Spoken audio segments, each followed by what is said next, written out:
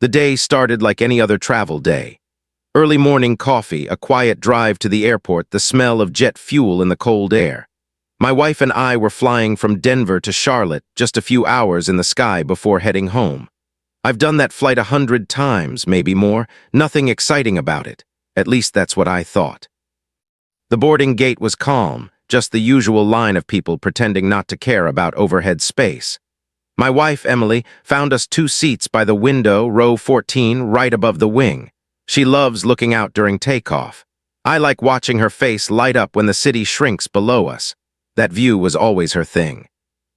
We boarded early, placed our bags neatly, and settled in. I remember joking about who'd fall asleep first. She smiled, leaned her head back, and for a moment, life felt simple again. But simplicity has a funny way of vanishing when a certain kind of person shows up. I noticed her before she even spoke.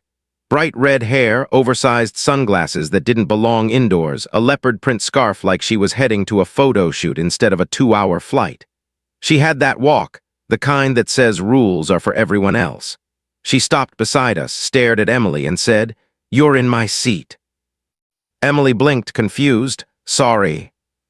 The woman rolled her eyes and pointed at the window. "That's my seat. I always sit by the window." I checked our boarding passes, both read 14 and 14B. I smiled politely, trying to keep it calm. "Actually, ma'am, these are our seats. Maybe you're in the wrong row." She didn't even look. "I fly this route every week. I know my seat." She snapped her fingers, calling over a flight attendant like she was summoning a servant. The attendant came quickly, trying to defuse the situation. "Ma'am, may I see your boarding pass?" The woman shoved it forward, lips tight with irritation. The attendant checked, glanced at us, and said gently, "Ma'am, your seat is 14C, the aisle seat." The woman frowned. "That's ridiculous. I can't sit there. I get motion sickness unless I'm by the window."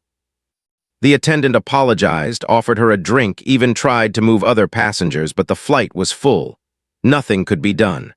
That's when Emily, being too kind for her own good, said softly, "It's all right. I can switch with her if it helps." I turned to her. "No, it's fine. You wanted the window. Keep it." Emily hesitated, then nodded. The woman, however, smirked, that smug, superior smirk that makes your blood heat. She didn't say thank you.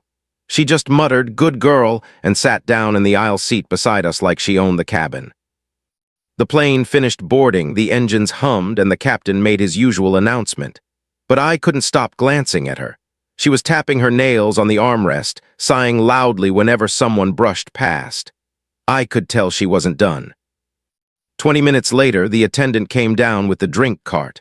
The woman ordered some fancy caramel latte concoction and made a point of asking for it extra hot. I didn't think anything of it, not until I saw her turn her wrist ever so slightly. It happened fast.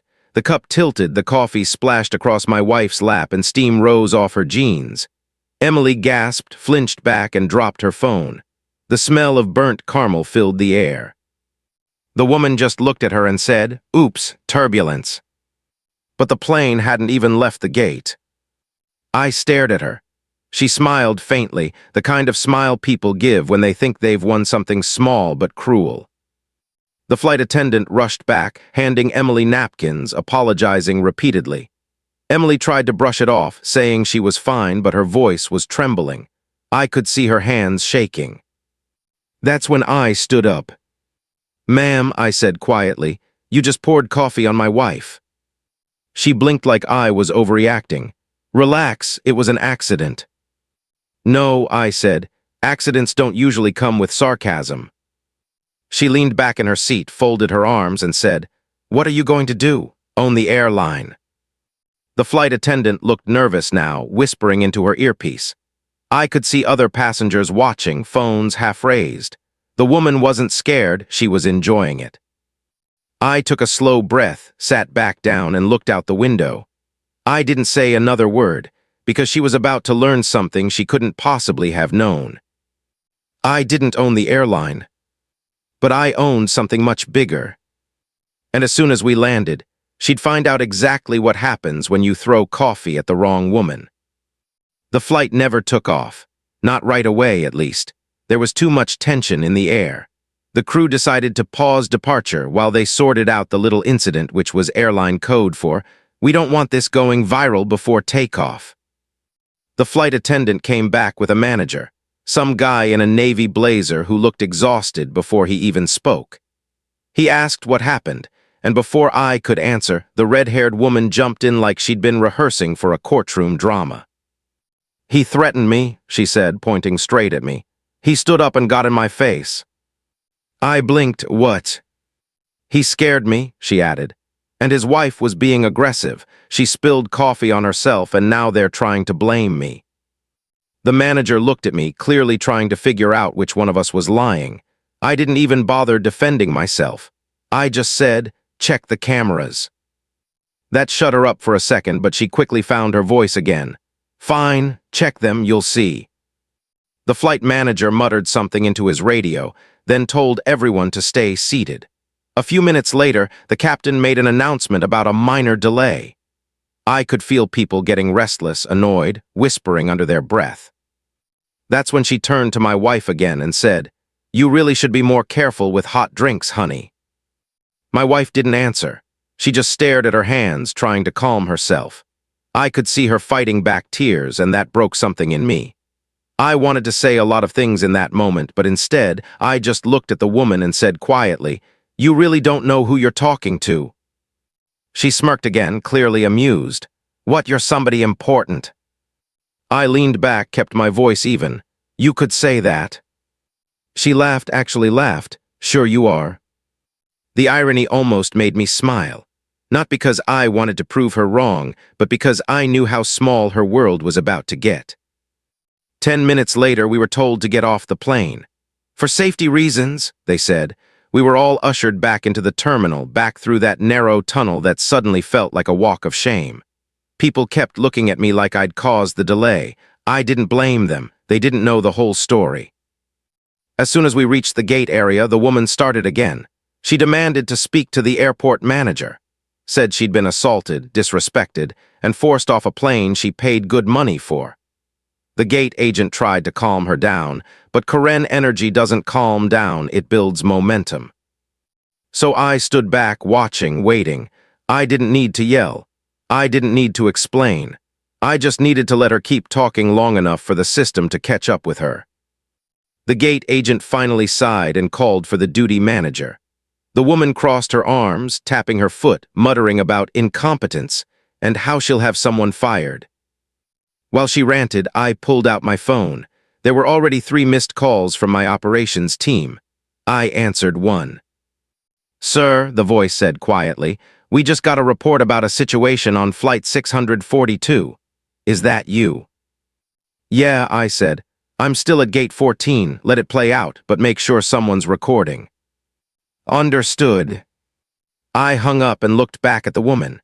She was still lecturing the poor gate agent like she was auditioning for a reality show. Finally, the manager arrived, a young guy in a crisp uniform who looked nervous. She pointed at him the second he appeared. I want her banned." She jabbed her finger toward my wife. "That woman attacked me with coffee. You need to escort her out." The manager hesitated, then looked at me. I gave a small nod and his entire posture shifted.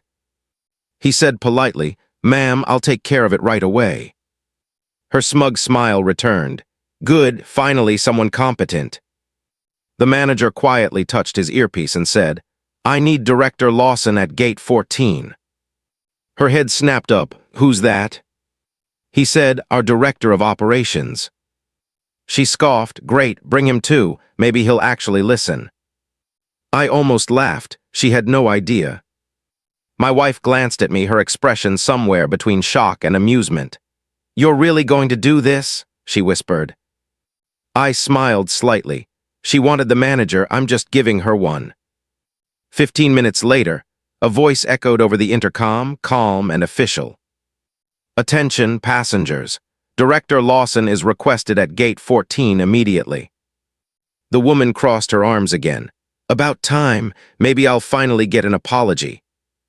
Then I stood up. Her eyes widened. "Wait, you." "That's me," I said quietly, "and I believe you had a complaint." For the first time all day, she didn't have a comeback, just silence. The crowd that had been pretending not to watch was now openly staring. Someone even whispered, "Oh, this is gonna be good." I stepped closer, still calm. "Ma'am, I understand there was an incident on one of my flights. Let's resolve it properly." She opened her mouth, closed it again, and for once the only sound in the terminal was the hum of the air conditioning. She had started this fight thinking she was above everyone. Now she was standing in front of the man who owned the floor beneath her feet. And we were just getting started. For a long moment, she just stood there, staring at me like I'd just ruined her favorite movie. Her mouth opened, then closed again.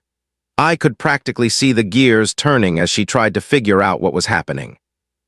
"You," she said finally, "you're the, what did they call it, director?" I nodded once. "Of operations, which means every staff member in this terminal reports to me." Her lips twitched. "That's impossible, you were sitting in coach." I smiled. "Yeah, I like to blend in sometimes."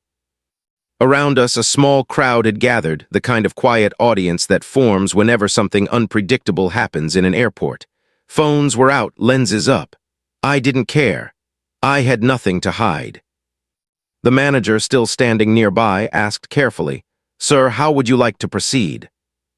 I looked at my wife, who was still holding a damp napkin in her lap, and then at the woman. "Let's start simple," I said. "What exactly is your complaint, ma'am?" She hesitated, her voice faltering for the first time. "She threw coffee on me." "Interesting," I said, "because the security feed shows the opposite." Her face flushed red, the same shade as her hair.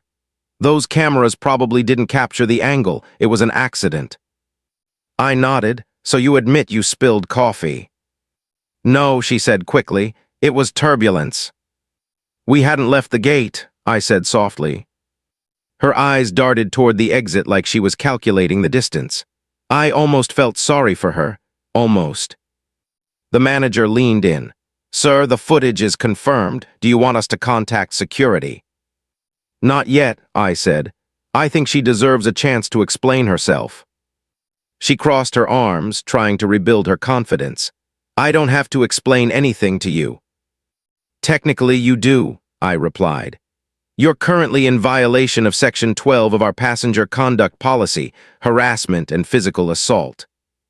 She blinked. "That's not real." I smiled again. "Oh, it's very real, and you signed it when you bought your ticket." The murmurs around us grew louder. A couple of people even started recording openly now. She noticed, glared at them, and hissed, "Stop filming me." But no one stopped, because everyone loves a little live karma, especially when it happens in public. I gestured for the gate staff to give us some space, then lowered my voice so only she could hear. "Look, I don't want to ruin your day. Just apologize to my wife and we'll leave it at that." She stared at me, jaw tight. "I'm not apologizing for anything." I tilted my head. "You sure about that?" "Positive," she said, and tried to smirk again, but it looked forced this time. I sighed, then turned toward the manager. "Okay, issue a report, flag her in the system." "On it, sir." The manager started typing on his tablet. She looked from him to me, confused. "What does that mean?" I said, "It means the airline will review your behavior. They'll likely suspend your travel privileges for at least 6 months." She gasped, "You can't do that." "I can," I said, "and I just did." That's when she cracked. "This is discrimination, I'll sue you." I kept my voice calm. "You're welcome to try. I'd just make sure you can afford the legal fees." She glared, grabbed her purse, and turned to storm off, but 2 security officers had already appeared near the gate doors. They didn't touch her, they just stood there, politely blocking the way. The manager looked at me again. "Sir." "Escort her to the lounge," I said. "Make sure she waits comfortably while we process everything." She spun around. "I'm not going anywhere with them." "Then you can wait here," I said. "But I'd recommend sitting down. It's going to take a while." She glared again, but this time there was fear behind it. Not much, just a flicker, but enough for me to see the shift. That was the moment she realized she'd lost control. My wife touched my arm gently. Honey, maybe that's enough. I looked at her and nodded. She didn't like drama, never had. But this wasn't about revenge anymore, it was about respect. The crowd began to disperse slowly, disappointed that the fireworks might be over. I gave the staff a few quiet instructions, then guided Emily toward the nearby lounge. The airline manager promised he'd handle the paperwork. As we walked, I could hear the woman muttering behind us, packing near the window. Her voice rose briefly. "I'll make calls, you'll see." But no one answered her. We sat down in the private lounge, finally able to breathe. Emily sighed, still shaken but calmer now. "You really didn't have to get involved," she said softly. I looked at her, then out the glass wall where the planes glowed under the runway lights. "Maybe not," I said, "but sometimes people need to learn who they're really talking to." She gave me a small smile. "You think she'll figure it out?" I leaned back, folded my hands, and said quietly, "Oh, she's about to learn a lot more than that." Because the truth was, this airport wasn't just part of my company. It was my headquarters. And by the time I was done, she wouldn't just be grounded, she'd wish she'd never boarded a plane again. The lounge was quiet, too quiet. There's a certain kind of silence you only hear in airports, the kind that hums with a mix of air vents, distant announcements, and the slow ticking of people's patience. Emily sat beside me, holding a paper cup of lukewarm tea, her eyes distant. "You're really not going to let it go, are you?" she asked softly. I looked at her. "She threw hot coffee at you, lied to the crew, and tried to get you banned from a flight. No, I'm not letting it go." She sighed like she'd already accepted that arguing with me wouldn't change anything. She'd seen this side of me before, the calm, cold one, the one that didn't raise his voice but made people wish he had. From across the glass, I could see the woman packing near the gate, still arguing with the duty manager. She kept gesturing wildly, pointing at the exit, waving her phone like it was a weapon. I didn't need to hear her words to know exactly what she was saying. She wanted the number of my boss. That's always how it goes. They only calm down when they realize the person they're yelling at is the boss. My phone buzzed on the table. It was a message from security. "Footage reviewed, clear evidence of assault, waiting for your go-ahead." I typed back, "Hold, let's see how she plays it." I wasn't interested in humiliating her. I just wanted her to understand what respect looked like and how fast you can lose it when you treat people like garbage. A few minutes later, the gate manager walked into the lounge. Young guy, polite, trying not to look nervous. "Sir, she's demanding compensation and a written apology." I almost laughed. "An apology for what exactly?" He shifted uncomfortably. "She says you verbally threatened her and had her removed unfairly." I leaned back in my chair. "Did she mention pouring scalding coffee on a passenger?" "Yes, sir," he said, "but she insists it was an accident." Emily spoke up quietly. "It was." He nodded, glancing at her. "We have it on video, ma'am. It's very clear." I stood up and looked through the glass wall again. She was still there, packing, now talking to someone on the phone, probably recording her own version of events for social media. I could imagine the post already. "I was harassed by an airline director for no reason." People like her always rewrite the story before the truth gets out. I told the manager, "Bring her here." His eyes widened slightly. "You want her in the executive lounge?" "Yeah," I said. "It's time for a real conversation." He hesitated, then nodded and left. Emily looked at me, half worried, half curious. "You're enjoying this, aren't you?" I smiled faintly. "Not enjoying it, just finishing it." 5 minutes later, she walked in, not storming, not shouting, just visibly confused.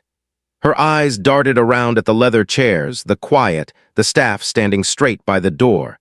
She looked at me and frowned. "Why am I here?" I gestured to the chair across from me. "Please sit." She didn't move at first. "Am I under arrest or something?"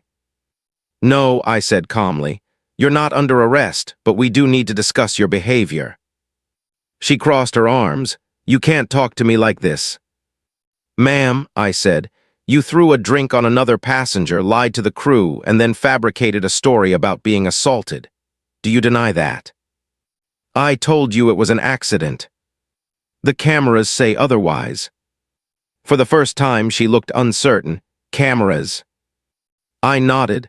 There are 12 cameras on that jetway alone, 8 in the cabin. Every inch of that aircraft is monitored. We've reviewed the footage. She swallowed hard. And what exactly are you planning to do with it? That depends on you. Her eyes narrowed. Is this blackmail? No, I said. This is accountability. She glanced at Emily, who hadn't said a word. Maybe that's what finally broke her composure. Realizing the woman she'd tried to humiliate wasn't angry or shouting, just quietly watching. Look, she said, her voice suddenly smaller. I was having a bad day. I didn't mean for it to go that far. I nodded. We all have bad days, but throwing coffee at someone isn't a bad day, it's a choice. She looked down, fidgeting with the strap of her purse. So what do you want from me? An apology, I said, not to me, to her. She turned toward Emily, who just looked at her silently. The woman hesitated, then muttered, I'm sorry. Louder, I said softly. She looked at me like a child caught lying, then said, clearer this time, I'm sorry. Emily nodded gently, thank you. For a second, I thought that might be the end of it. Maybe she'd walk out humbled, lesson learned, but then she ruined it. As she grabbed her bag to leave, she muttered, still think you're such a big deal, huh? Director or not, you're just another suit. I smiled slowly. No, ma'am, I'm the guy who decides whether you ever fly through one of my airports again. She froze mid-step, eyes wide, and I watched the realization hit her. Because in her world, power was something you yelled about. In mine, it was something you used quietly, like turbulence you never saw coming until it hit. And for her, it was only just beginning. The next morning, I woke up before sunrise. The hotel room overlooked the runway, and through the glass, I watched the first departure of the day, a small regional jet lifting off into a pale orange sky. Emily was still asleep beside me, peaceful, her face calm again after a long night.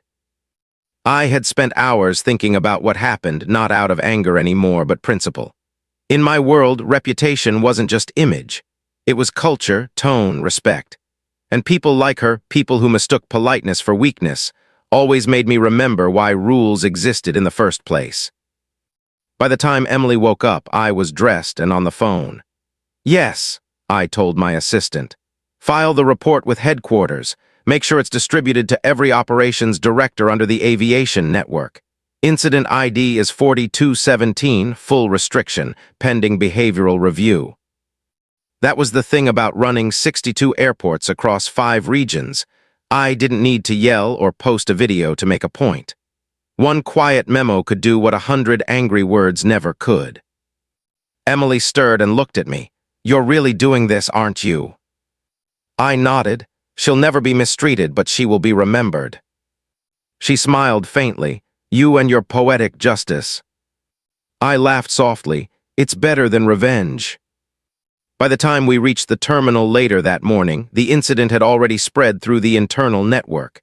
Staff nodded respectfully as we passed, some whispering, some pretending not to notice. Word traveled fast. A woman had assaulted a passenger and picked the wrong man to do it to. When we reached the private gate, the same duty manager from yesterday approached. Sir, he said carefully, there's been an update. I raised an eyebrow. Go on. The woman from last night, she's here again. She's demanding to meet with the general manager. Emily blinked. She came back. He nodded nervously. Apparently, her connecting flight was canceled, and she realized she's been blocked from boarding any route under your airport network. She's been in the public terminal since 5 a.m., trying to argue her case. I exhaled slowly. Bring her here. The manager hesitated. Sir, are you sure? Yes, I said. Let's finish what we started. He nodded and left quickly. Emily gave me that half-smile again, the one that said she didn't know whether to stop me or enjoy the show. You could just let her go, you know. And she'd walk into another airport tomorrow, yell at another innocent staff member, and throw another cup at someone else, I said. No, this time she learns. A few minutes later, she walked into the lounge again. Not defiant this time, desperate. Her hair was messy, her makeup smudged, and her phone clutched tightly in her hand. "You," she said the moment she saw me. "What did you do? I can't check in anywhere. I've been to 3 counters. They say I'm banned. From what? Flying." I stood up slowly. "No, not from flying, just from any airport or carrier under my company's operation." Her eyes widened. "Your company, what are you talking about?" I pulled a card from my wallet and placed it on the table. Embossed logo, gold lettering, the kind that doesn't need an explanation. Her face changed completely when she read it. She looked at me, her voice dropping. "You own this." I nodded, and 61 others like it. She sat down hard like her legs had given out. "This can't be real, you can't just—" "I can," I interrupted calmly. "And I did, because what you did wasn't a mistake, it was a choice. You made it when you shouted, when you lied, when you threw that cup, and when you tried to ruin someone else's day for your own convenience." She shook her head. "Please, I didn't know. I swear I didn't know who you were." "That's the problem," I said. "You shouldn't have to know who someone is to treat them with respect." She went quiet. The silence stretched long enough that even the lounge staff looked away. Finally, she whispered, "Is there any way to fix this?" "There's always a way," I said, "but it starts with you owning what you did." Her hands trembled slightly. "I'll do whatever you want. I'll apologize again. I'll post it online, anything." I looked at her for a long moment, then finally said, "You'll get one chance. I'll have my PR office draft a public statement acknowledging what happened. You'll sign it, record a short apology, and send it to the same team. If you do that sincerely, I'll lift the restriction. If not, it stays permanent." She nodded quickly, almost too eagerly. "Yes, yes, I'll do it. I'll do whatever you say." I leaned closer. "And remember, this isn't about humiliation. It's about integrity. Because the next time you decide to look down on someone, I want you to remember that you once threw coffee at a woman who could have been anyone and almost lost the sky because of it." She swallowed hard, her eyes wet. "I understand." I nodded slowly. "Good, then go make it right." As she walked away, Emily placed her hand gently over mine. "You handled that well," she said softly. "Maybe," I said, "but it's not over yet. People like her don't learn in a day." And deep down, I knew I wasn't done either. Because sometimes justice doesn't end with an apology. It ends when the world sees it happen. 3 days later, my phone started buzzing before breakfast. I didn't even need to look at the caller ID to know something had broken loose. When you own as many airports as I do, silence is rare. But a morning full of missed calls means one thing. The internet has found something to talk about. Emily walked in holding 2 mugs of coffee. "You're already working?" she asked. "Apparently I'm trending," I said dryly. She frowned. "Trending for what?" I opened my laptop and turned it toward her. On the screen, a familiar face appeared, red hair, pink blouse, the same woman who had thrown that cup at her. This time, she was sitting in front of a camera trying to look remorseful. The title underneath the video said, "Woman apologizes after airport meltdown. I didn't know who he was." I hit play. She spoke softly, reading from a statement my PR team had clearly written for her. "To the staff, the passengers, and especially to the woman I disrespected, I want to sincerely apologize. My behavior was unacceptable. I reacted out of stress and frustration, and it doesn't reflect who I am." Emily folded her arms. "Well, at least she's doing it." "Wait for it," I said. A few seconds later, the reporter's voice cut in. When asked why she behaved that way, the woman said she had no idea the man she insulted was an airport owner. Emily's eyebrows rose. She actually said that on record. I nodded slowly, and that's where she made her biggest mistake. Because just like that, the narrative changed. It wasn't about remorse anymore, it was about damage control. People started debating in the comments, reposting clips, adding captions like, "She wouldn't apologize if he wasn't rich," and "This is why you treat everyone with respect." Within hours, the video went viral. By noon, every major travel blog, morning show, and even one national news network had picked up the story. They didn't use my name, but they used enough clues. A man who oversees multiple airports across the country. And that was enough for people to connect the dots. My inbox flooded. Old colleagues messaged, journalists called, and one senator's office even sent a polite note asking if I wanted to clarify the context. I ignored them all. This wasn't a scandal. This was a mirror, and the world was finally seeing what it reflected. Emily, though, wasn't enjoying it. She scrolled through the comments, shaking her head. "People are cruel," she said. "They're turning her into a meme." "She made herself one," I said. "But yeah, it's getting ugly." She looked at me for a moment. "You could stop it." I leaned back, exhaling slowly. "Maybe, but if I pull the statement now, it'll look like I'm protecting her. That would undo the entire message." She nodded silently, understanding even if she didn't like it. By evening, the woman's name, Karen, fittingly, was everywhere. Reporters had dug into her social media. Apparently, she'd been known in a few community boards for complaining about airline service, bad seating, and entitled passengers. The irony wasn't lost on anyone. When my communications director called, I could tell he was both amused and nervous. "Sir, this is starting to spiral. Public sympathy's shifting. People want to know your side. Should we issue a statement?" "No," I said. "I don't need to. I didn't do anything wrong. The story speaks for itself." He hesitated. "Understood, but we may want to consider internal security. We've received a few, passionate emails." "Handle them," I said simply. After I hung up, I walked out to the balcony. The night was quiet, planes gliding down the runway lights like fireflies in formation. Emily joined me a moment later. "You know," she said, "it's strange.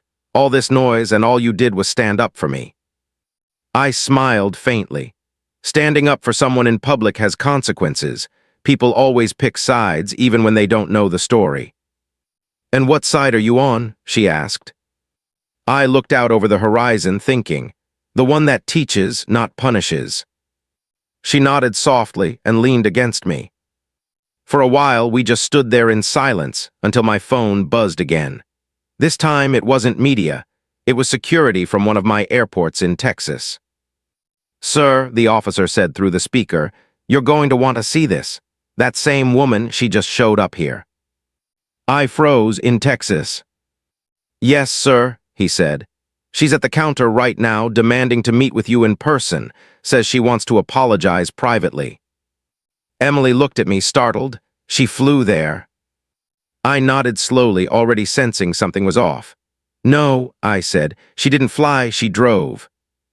The officer hesitated. "Sir, she's not alone. There's a camera crew with her."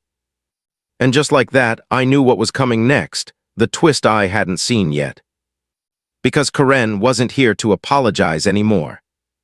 She was here to fight back. The next flight I took was to Texas.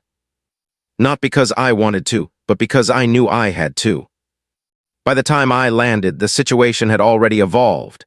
My regional manager had sent photos from the scene. Karen, standing at the ticket counter with two people filming her, one holding a camera, the other holding a mic. She was giving interviews, gesturing dramatically like she was the victim of a great injustice. When I stepped into the terminal, the air was thick with whispers. People recognized me now, not as a face from an ad, but as the man from the story. The one who owned the airports. The one who'd become part of a viral lesson the internet couldn't stop debating. Security met me at the gate and escorted me through the side corridor. I didn't ask for it, but I didn't refuse it either. Sometimes quiet authority works better than shouting. We approached the counter, and sure enough, there she was, the same woman, red hair perfectly styled again, face full of camera-ready regret. Except this time, I could tell she wasn't here to apologize. She spotted me almost instantly. "There he is," she said loudly, pointing toward me like she'd just caught a thief. The camera swung in my direction. "That's the man who banned me from flying, the one who ruined my life." The reporter beside her stepped forward. "Sir, do you have a moment to comment on?" "No," I said evenly, "but she does." The reporter blinked. Excuse me. I turned to Karen. You came here for a story, didn't you? So go ahead, tell them what really happened. She hesitated. I'm here to clear my name. Your name isn't dirty, I said. Your actions are. The camera kept rolling, capturing every breath. She forced a smile, probably hoping she still had control of the narrative. I admit I made a mistake, she said loudly, but I've been unfairly punished. I've lost my job, my reputation, everything, all because of one misunderstanding. A misunderstanding, I repeated. You assaulted someone. She lifted her chin. I spilled coffee. I laughed quietly. No, you threw coffee. You lied, insulted my wife, and then doubled down when you realized you were wrong. That's not an accident, Karen. That's a habit. She flinched slightly at the word habit. I gestured toward the reporters, who were now hanging on every word. Tell them what you said to the gate staff that day, or to the passengers who filmed it. Tell them about the part where you said, people like her don't deserve to fly first. Her mouth opened, but no words came out. Silence filled the air, heavy and electric. I continued, softer this time. You didn't know my wife was a commercial pilot. You didn't know she's logged over 6,000 flight hours or that she's trained half the women flying your favorite routes. You just saw someone you thought you could talk down to. One of the reporters lowered his camera slightly, watching her face. She tried again. I didn't mean it like that. Then how did you mean it? I asked. Because when you speak with arrogance, you build walls, and when those walls collapse, you blame the people holding mirrors. The cameras stayed on her. Her hands trembled a little now. This isn't fair, she muttered. No, I said, but it's honest. I turned to the nearest security officer. Make sure she's escorted out safely. No humiliation, no scene. She looked at me desperate now. Please, can't we talk, just the two of us? I shook my head. That chance was 3 airports ago. As the officers guided her toward the exit, the reporters tried to follow, but I held up a hand. Before you run your headlines, I said, remember this, power isn't about ownership. It's about accountability. And sometimes the only way to teach respect is to stand quietly and let someone trip over their own lies. They didn't say much after that. By the time I reached the private office upstairs, Emily had already seen the live clips online. She called me immediately. You didn't raise your voice once, she said softly, and you still won. I didn't want to win, I said. I just wanted her to see. She was silent for a moment, then said, well, she saw it, and so did everyone else. I looked out the glass window toward the tarmac, where the sunset bathed the plains in soft gold light. Below, I could see Karen being walked calmly out of the building, her camera crew trailing behind her, their equipment hanging low now, no more drama, no more words. I thought about all the times I'd seen people lose their composure in airports, the shouting, the entitlement, the chaos. And for the first time in a while, I felt a strange kind of peace. Justice doesn't always roar. Sometimes it just lands softly, like a plane that finally finds its runway. But something told me it wasn't quite over yet. Because when people like Karen lose the spotlight, they don't fade quietly. They look for another one. And I had a feeling she wasn't done chasing it. For about a week it was quiet, almost too quiet. The noise online died down, the reporters moved on to the next viral outrage, and I thought maybe, just maybe, that was the end of it. Emily and I went back to our normal rhythm, early flights, meetings, evenings on the porch overlooking the runway lights. For the first time in a while, we talked about anything but airports. It felt good to breathe again. Until one Monday morning, when my assistant walked into my office holding a tablet and said, "Sir, you might want to see this." I looked up. Her tone was cautious, the kind people use when bad news comes wrapped in politeness. She placed the tablet on my desk. On the screen was a familiar face, Karen again.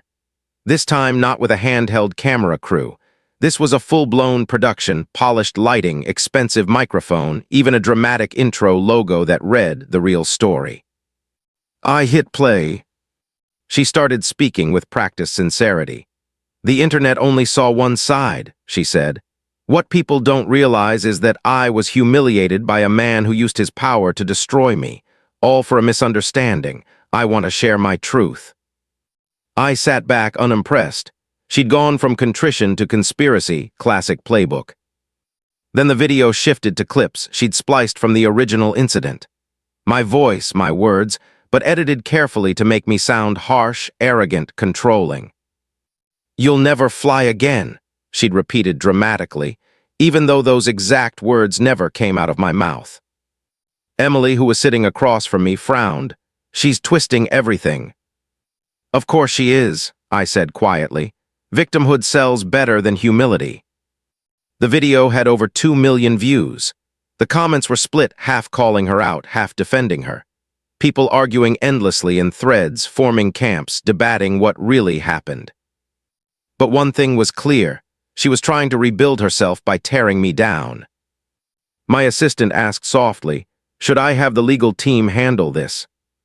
I thought about it for a moment, then shook my head. "No lawsuits, not yet. Let's give her a little more rope." Because sometimes, when you know someone's digging their own hole, you just step back and let them finish.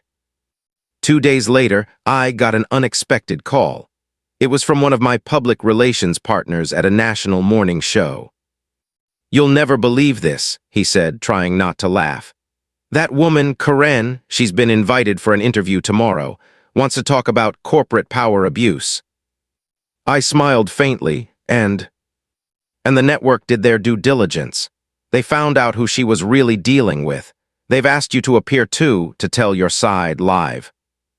Emily raised her eyebrows when I told her, "You're not really going to go, are you?" "Oh, I'm going," I said, "but not to argue, to end it." The next morning, under the hot studio lights, I sat quietly across from her on the set. She looked confident again, crisp suit, perfect hair, that same self-assured smile she wore when she first threw coffee. The host did the introductions, then turned to me. "Mr. Harrison, care to respond to Ms. Sanders' claims that you abused your position?" I smiled politely. "Sure, but before I do, I'd like to share something with your viewers." I tapped the tablet on the table. The studio monitor behind us flickered to life. It wasn't my team's footage, it was airport security's. Full, uncut, time-stamped. The same video I'd quietly authorized the network to use. The moment she threw the coffee, the look on her face, the lie she told to security right after. The host turned slowly toward her. "Ms. Sanders, is this you?" She stammered. I was under stress." "We all are," I said gently, "but not all of us attack people when we are." The silence that followed was the kind of silence that ends stories. By the time the segment wrapped, the host thanked me for my composure, and the audience applauded softly, but enough to say what no words could. Outside the studio, Karen avoided my eyes. No cameras followed her this time. No crew, no applause. She walked to the parking lot alone. As Emily and I drove away, she looked at me. "You didn't humiliate her," she said softly. "No," I replied. "She did that herself." We passed the airport on the way home, my airport, the same one where it all began. A plane lifted off just as we stopped at a light. Sunlight hit its wings, and for a second the reflection caught my eyes like a quiet reminder. Power isn't about control, it's about restraint. Some people throw coffee when they're angry. Some build airports to help others fly. And sometimes, life finds a way to remind you, no matter how high you go, humility is still the best altitude. You've heard this confession, now wait until you hear the next one. The truth that shatters everything you thought you knew.